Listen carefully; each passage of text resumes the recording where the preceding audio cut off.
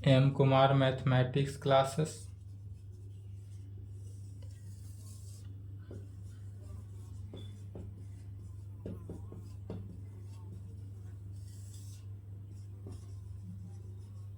Class 12th lecture 17 होना चाहिए। देख लेंगे लेक्चर 16 या 17 होगा। क्या चल रहा था? Problem on integration.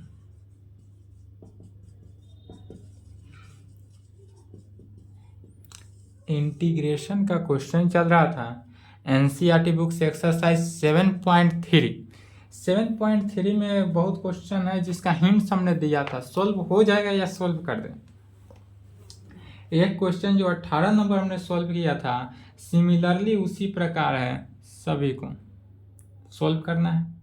तो खुद से ट्राई करेंगे। अगर दिक्कत हो, परेशानी हो तो आप बेझिझक इस नंबर से मैसेज कर देंगे ताकि आपका क्वेश्चन का सॉल्यूशन हो जाएगा। ठीक है, अगर दिक्कत हो रहा हो तब, और अगर दिक्कत नहीं हो रहा हो, कोई परेशानी ना हो तो ठीक है। अब नेक्स्ट क्लास आगे चलते हैं। Integration by partial fraction.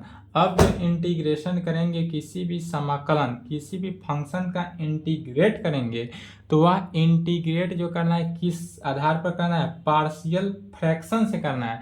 Partial fraction से होता क्या है कि जैसे कि यही क्वेश्चन, सेम क्वेश्चन, जैसे कि 7.3 में जैसे क्वेश्चन था, मान लीजिए यदि एक क्वेश्चन है, जैसे 18 नंबर ही था, 5x minus 2 divided by 1 plus 2x plus 3x square है।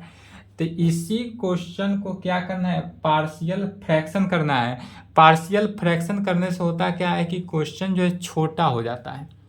इसको दो पार्ट में बताते थे। पहले नीचे वाले फंक्शन जो है, इस फंक्शन का हम डिफ्रेंसिएशन लाते थे ऊपर, नीचे वाले फंक्शन का क्या लाते थे? डिफ्रेंसिएशन लाते थे ऊपर, तब उसका इंटीग्रेट करते थे। प्लस उसके बाद एक फंक्शन ऊपर बटा नीचे क्या आ जाता था? क्वाड्रेटिक फंक्शन आता था, linear constant by quadratic function. तो दो पार्ट में बंटता था, और दो पार्ट में बंटने के बाद इसका इंटीग्रेशन होता था। और इस तरह से इंटीग्रेशन होता था, समाकलन होता था कि यह प्रोसेस एकदम लॉन्ग प्रोसेस से चलता था। तो लॉन्ग प्रोसेस से चलता था, लॉन्ग प्रोसेस से भी बना सकते हैं। अदरवाइज इसी क्वेश्चन को लॉन्ग प्रोसेस से ना बनाकर इसको अगर शॉर्ट प्रोसेस से बनाएंगे, शॉर्ट फॉर्म में, तो शॉर्ट फॉर्म में जब इस क्वेश्चन को बनाएंगे तो शॉर्ट फॉर्म को बनाने का नाम हो जाता है पार्शियल फ्रैक्शन। इसका सबसे पहले क्या करते हैं? पार्शियल फ्रैक्शन करते हैं। जब आप हायर क्लास में जाइएगा, हाईएस्ट क्लास में अधिकांशतः क्वेश्चन को जब इंटीग्रेट करने की बारी आएगा तो उसको क्या करेगा? पार्शियल फ्रैक्शन ही कर देंगे। पार्शियल फ्रैक्शन करने से एक ही फायदा है कि जो लॉन्ग क्वेश्चन है वह शॉर्ट फॉर्म में बन जाता है। जैसे कि यह क्वेश्चन बनाते वक्त कितना लॉन्ग जाता था प्रोसेस? 2 टाइम्स, किसी किसी केस में 3 टाइम्स लंबा प्रोसेस हो जाएगा। लेकिन जब इसी को हम पार्शियल फ्रैक्शन में कन्वर्ट करते हैं तो यह ज़्यादा लंबा नहीं जाकर शॉर्ट फॉर्म में ही इसका आंसर आता है। तो शॉर्ट फॉर्म में किसी भी इंटीग्रेट को इजीली शॉर्ट फॉर्म में सॉल्व करने की कोशिश करते हैं। और इजीली शॉर्ट फॉर्म में सॉल्व कब करेंगे? जब उसका हम पार्शियल फ्रैक्शन करेंगे। तो पार्शियल फ्रैक्शन करने के लिए हम किसी फंक्शन को क्या करते हैं? मानते हैं। यदि हमारा कोई फंक्शन ऐसा हो, फंक्शन जो है ऑलवेज इंटीग्रेशन हो जाए, फंक्शन का रूल होगा इंटीग्रेशन जो है लीनियर डिवाइडेड बाय क्वाड्रेटिक ही होगा। लीनियर बाय क्वाड्रेटिक का ही इंटीग्रेशन होगा ऑलवेज। कैसा होगा? लीनियर बाय क्वाड्रेटिक होगा। लेकिन अब पार्शियल फ्रैक्शन करेंगे लेकिन यह रूट के अंडर नहीं होगा। जैसे कि पहला क्वेश्चन बनाते थे linear divided by root under quadratic था, तो रूट अंडर क्वाड्रेटिक को भी फॉर्म में बैठा कर तोड़ देते थे 7.4 में और ला देते थे आंसर। लेकिन 7.5 में अगर रूट के अंदर है तो वह पार्शियल फ्रैक्शन पर नहीं होगा, पार्शियल फ्रैक्शन के लिए रूट के बाहर होगा। तो linear by root under quadratic हो तो क्या करेंगे? कांस्टेंट डिवाइडेड बाय क्वाड्रेटिक हो तो क्या करेंगे? या कांस्टेंट डिवाइडेड बाय लीनियर हो तो क्या कहेंगे, लीनियर का मतलब क्या होता है, पी एक्स प्लस क्यू जो है यह कैसा फंक्शन है, लीनियर फंक्शन है।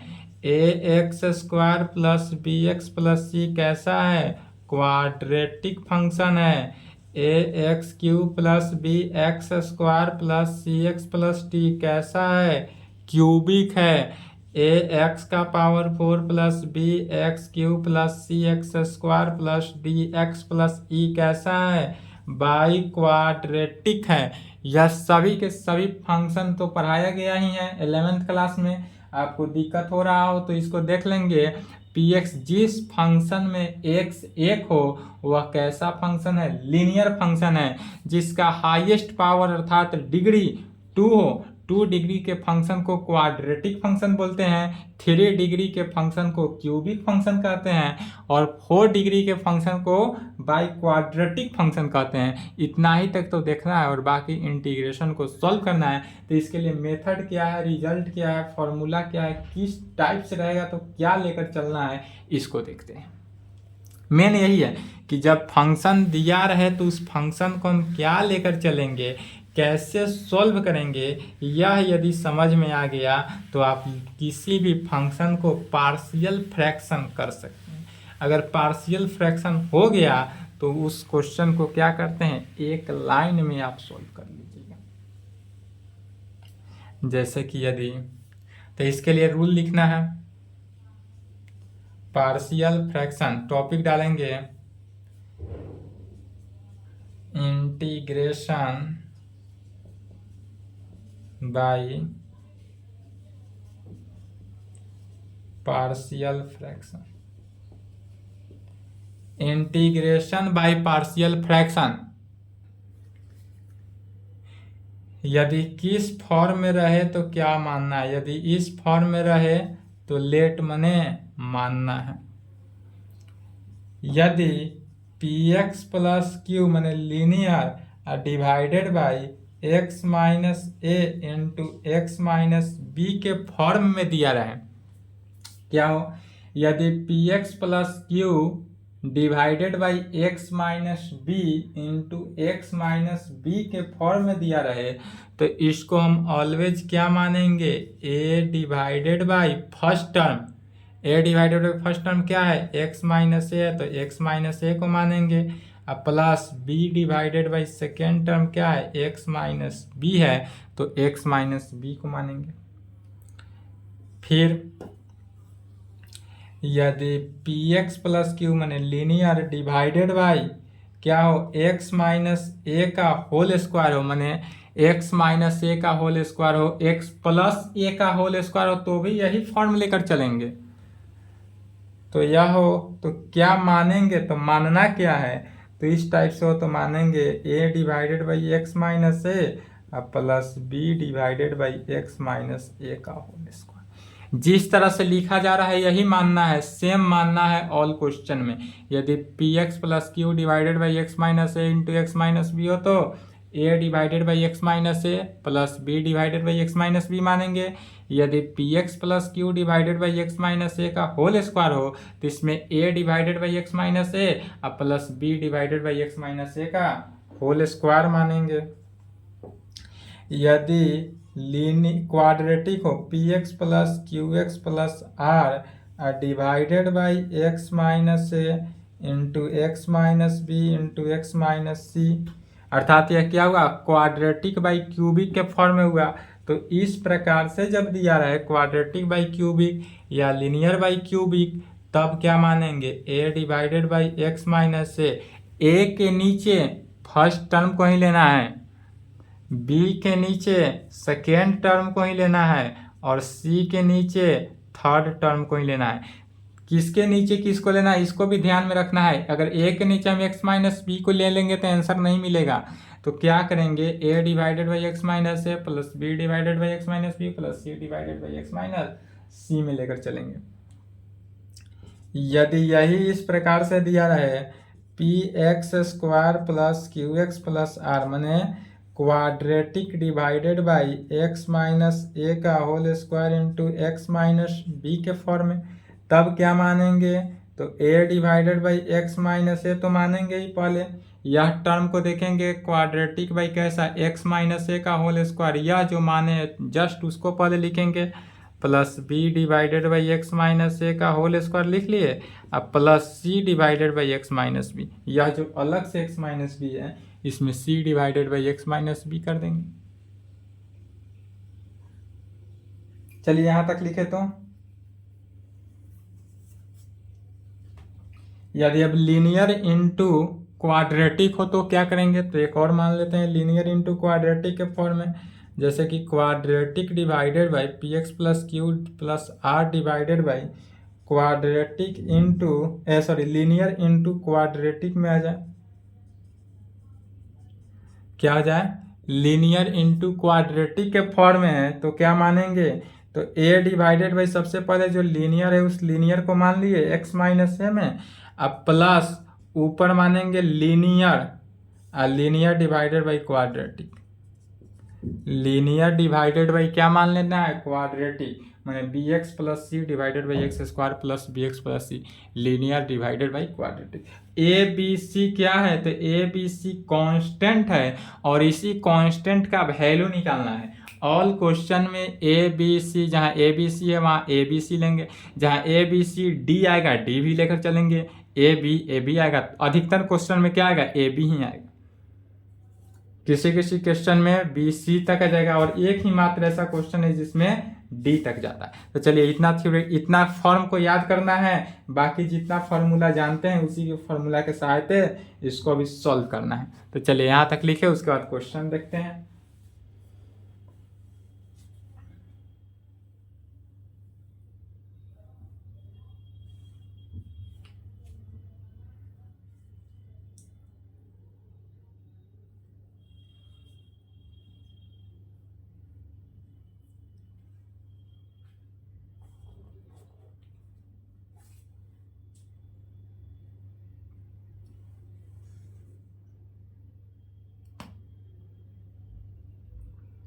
चलिए यहाँ तक लिख लिया, वीडियो रोक के लिखे तो इसको,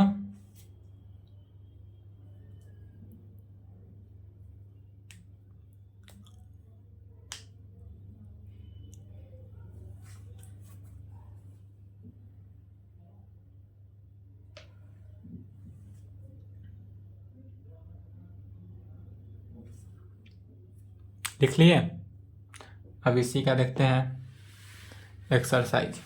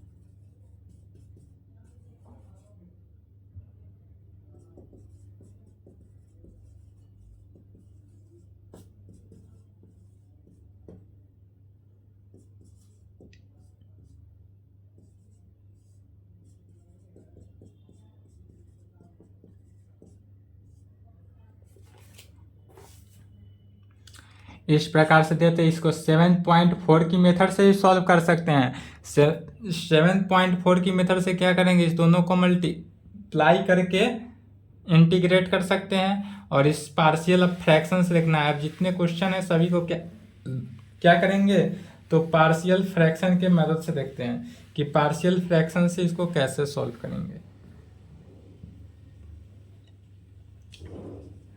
integrate the rational function 1 to 21, question number 1 से लेकर 21 नंबर तक सेम है।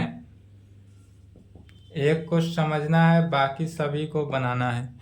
गिवन डैट इसमें दिया हुआ क्या है, तो आई मैंने इंटीग्रेशन दिया हुआ है। इंटीग्रेशन क्या दिया हुआ है, तो I is equal to integration of x divided by x plus 1 into x plus 2 का इंटीग्रेशन निकालना है।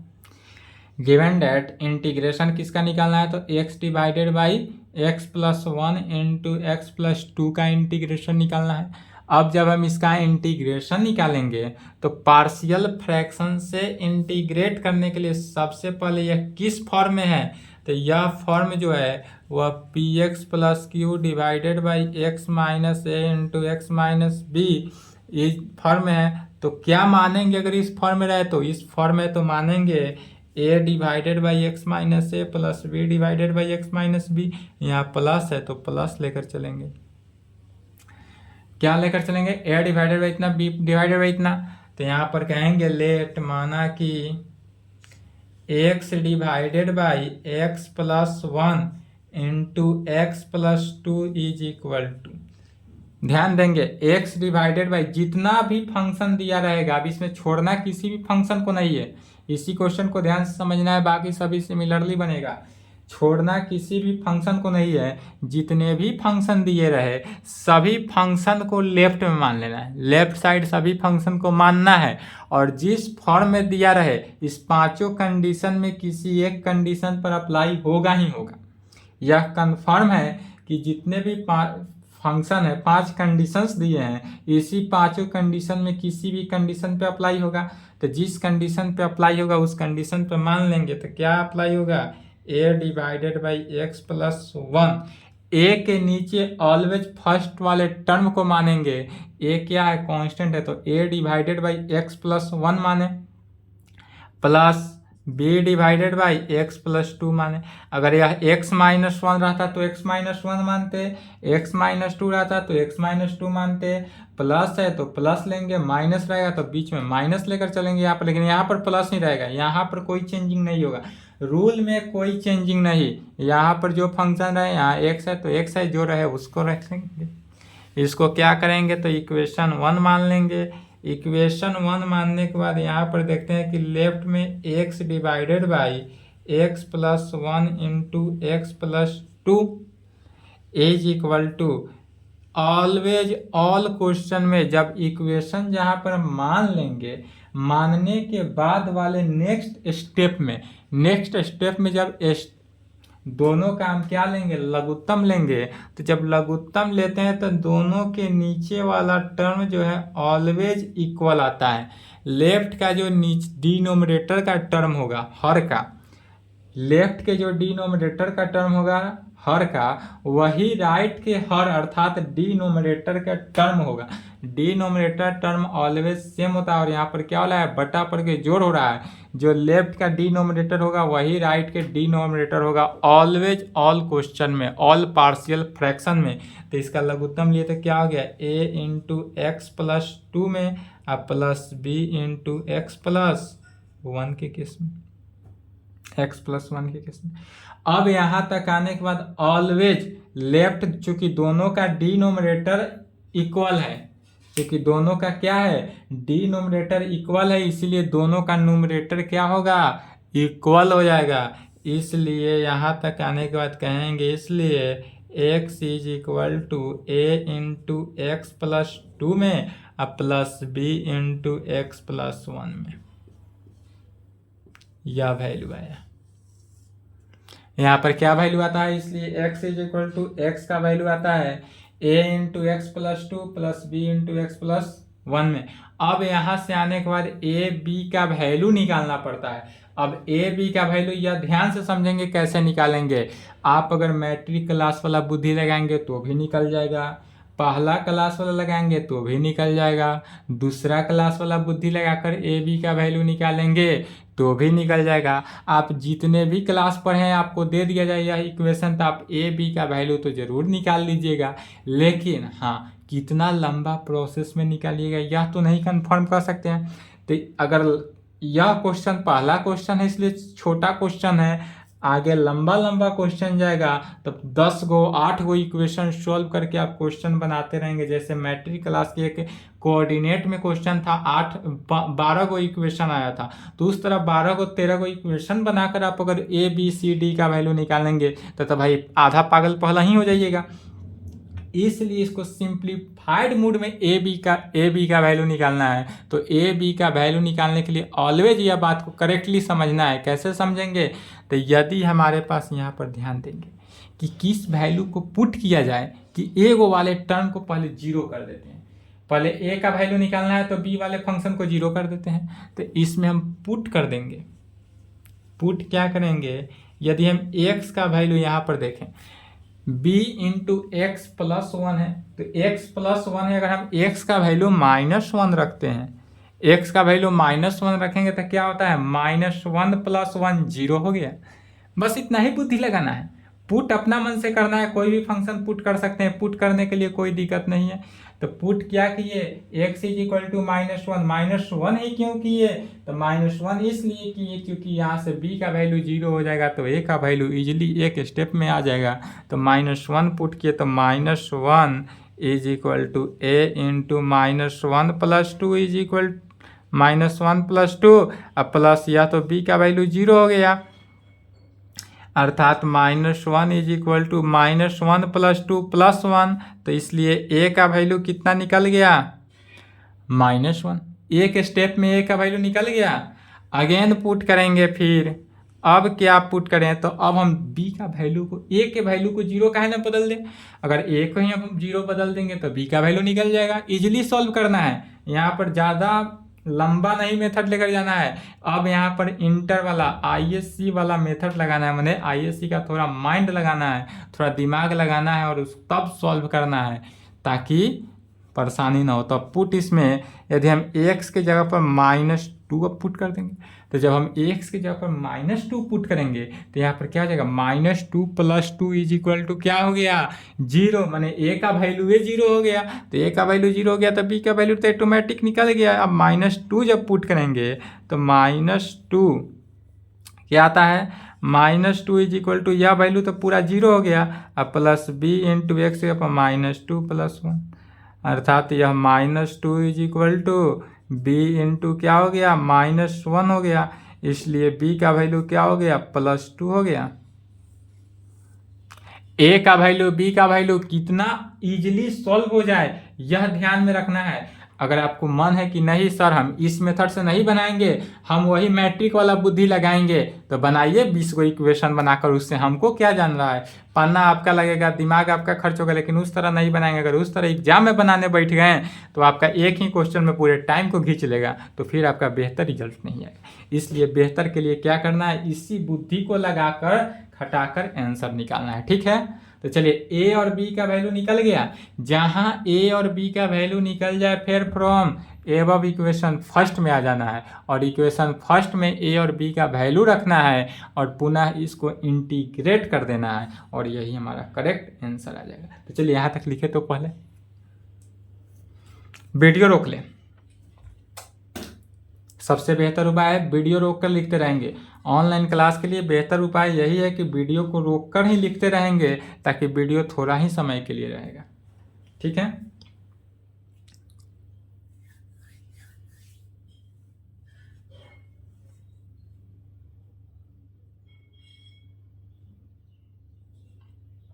चलिए यहां तक लिख लिए। चलिए इसके आगे देखते हैं।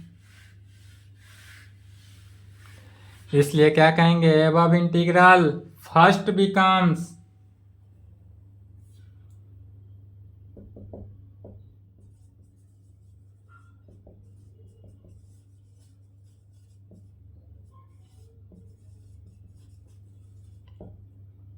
लेफ्ट वाले साइड को नहीं लिखना है, क्या करना है, राइट वाले साइड को लिखना है।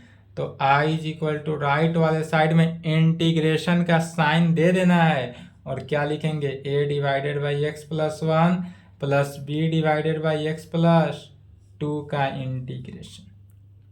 ठीक है, अब इसी को सॉल्व कर देना है। क्या किया, अलग अलग इंटीग्रेशन करेंगे तो a कांस्टेंट है तो कांस्टेंट बनकर बाहर निकल गया। अब 1/x + 1 का इंटीग्रेशन अलग, प्लस b बाहर बन गया, 1/x + 2 का इंटीग्रेशन अलग। अब यहाँ तक आने के बाद क्या करेंगे, a और b का वैल्यू निकाले है जो, उस वैल्यू को पुट कर देना है। तो a का वैल्यू कितना निकला है, -1, तो -1 integration of 1/x + 1 plus b का वैल्यू 2, 1/x + 2। अब यहाँ पर इंटीग्रेशन को तो सॉल्व करना ही पड़ेगा। अब जैसा इंटीग्रेशन कहे वैसा फॉर्मूला लगाएंगे, लेकिन अधिकांशतः केस में, अधिकांशतः 95% केस में क्या होगा, नीचे वाले फंक्शन का डिफरेंशिएशन ऊपर ऑटोमेटिकली रहेगा। तो इसलिए क्या हो गया, minus log of x plus 1 plus 2 log of x plus 2 में प्लस क्या किए, नीचे वाले फंक्शन का डिफरेंशिएशन ऊपर है तो लॉग ऑफ एक्स एक्स, नीचे वाले का डिफरेंशिएशन ऊपर है इसलिए लॉग ऑफ इतना, लॉग 2 को पहले लिख लिए, लॉग ऑफ एक्स प्लस 2 का whole square minus log X plus 1 plus, यह कैसे होल स्क्वायर हुआ, तो चूंकि m log x is equal to क्या होता है, log x का power m by definition of log, log के डिफिनीशन को यूज किए, is equal to log of m by n, तो log of m by n is equal to क्या होता है, log of m divided by n plus, यही हमारा answer हो जाएगा। और यहाँ तक आने के बाद क्या हो जाएगा, यही आंसर हो जाएगा। इसमें इस एक्सरसाइज में लॉग के डिफिनीशन का बहुत यूज है, इसी एक्सरसाइज में नहीं, अब यहाँ से जितने भी एक्सरसाइज है सभी में लॉग के डिफिनीशन का यूज है, लॉगरिथमिक फार्मूला का यूज है। तो लॉगरिथमिक फार्मूला लिखेंगे,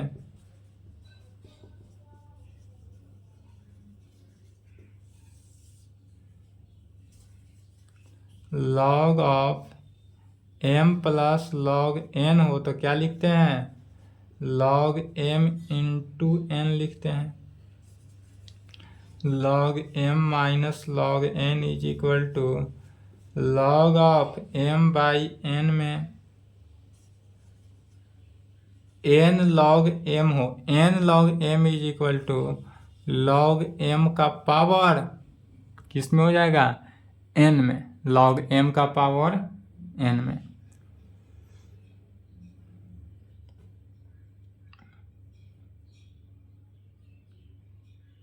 इतना ही का यूज है 3 का। चलिए यहाँ तक लिखे तो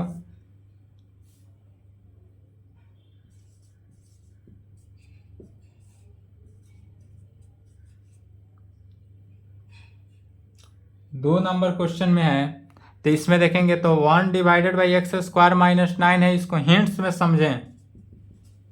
क्या समझना है, तो एक्स स्क्वायर माने ए स्क्वायर माइनस बी स्क्वायर, अगर हम 3 का स्क्वायर लिख दे, इसी को हम क्या लिख दे, 1 divided by X square minus 3 का स्क्वायर लिख सकते हैं 9 को। तो ए स्क्वायर माइनस बी स्क्वायर के फॉर्म में आया, अर्थात क्या हुआ, 1 divided by x minus 3 into x plus 3 हो गया। तो जब 1 divided by x minus 3 into x plus 3, फिर जो एबव क्वेश्चन फर्स्ट बनाए हैं उसी के रूल से, तो इसमें मानेंगे क्या, तो a divided by x minus 3 plus B divided by x plus 3 मानना है। तो इसको जब इस फॉर्म में मानेंगे तो 1 is equal to a into x plus 3 plus B into x minus 3 आ जाएगा। इसमें अगर हम x का वैल्यू, एक बार x का वैल्यू 3 प्लस 3 पुट करेंगे तो b का वैल्यू कैंसिल हो जाएगा, तो a का वैल्यू 1/9 आ जाएगा।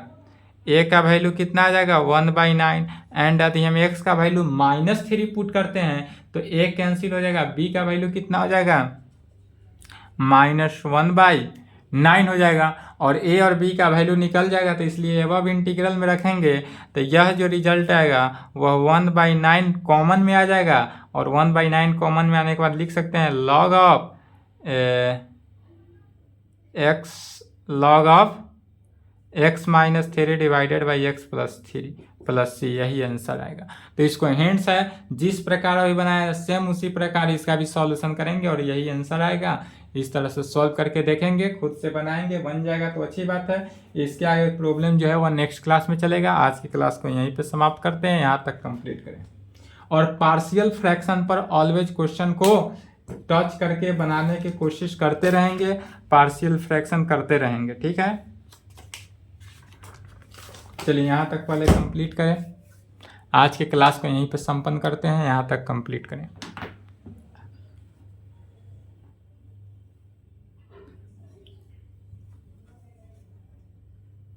दूसरा नंबर क्वेश्चन बाबू बनाएंगे, छोड़ेंगे नहीं, ठीक है। हिंट्स दे दिए हैं, कितना आएगा इसका, हिंट्स के साथ साथ हम आंसर भी बता दिए, क्या मानना है वह भी बता दिए, पुट क्या करना है वह भी बता दिए। 1 नंबर से इजी ही है 2 नंबर।